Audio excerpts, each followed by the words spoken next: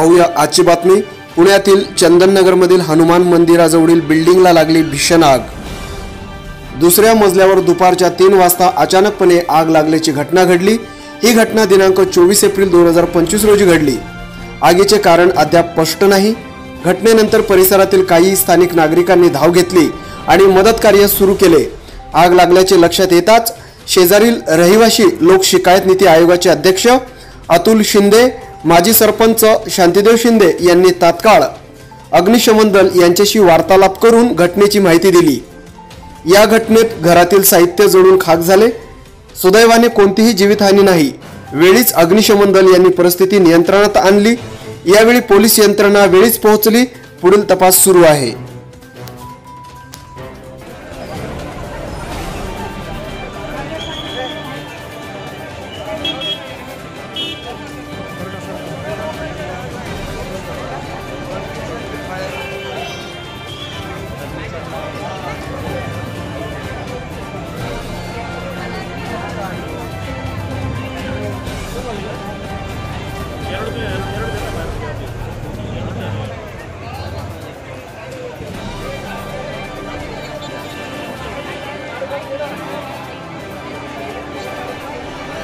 Hello Sachin, आताची breaking news Chandannagar.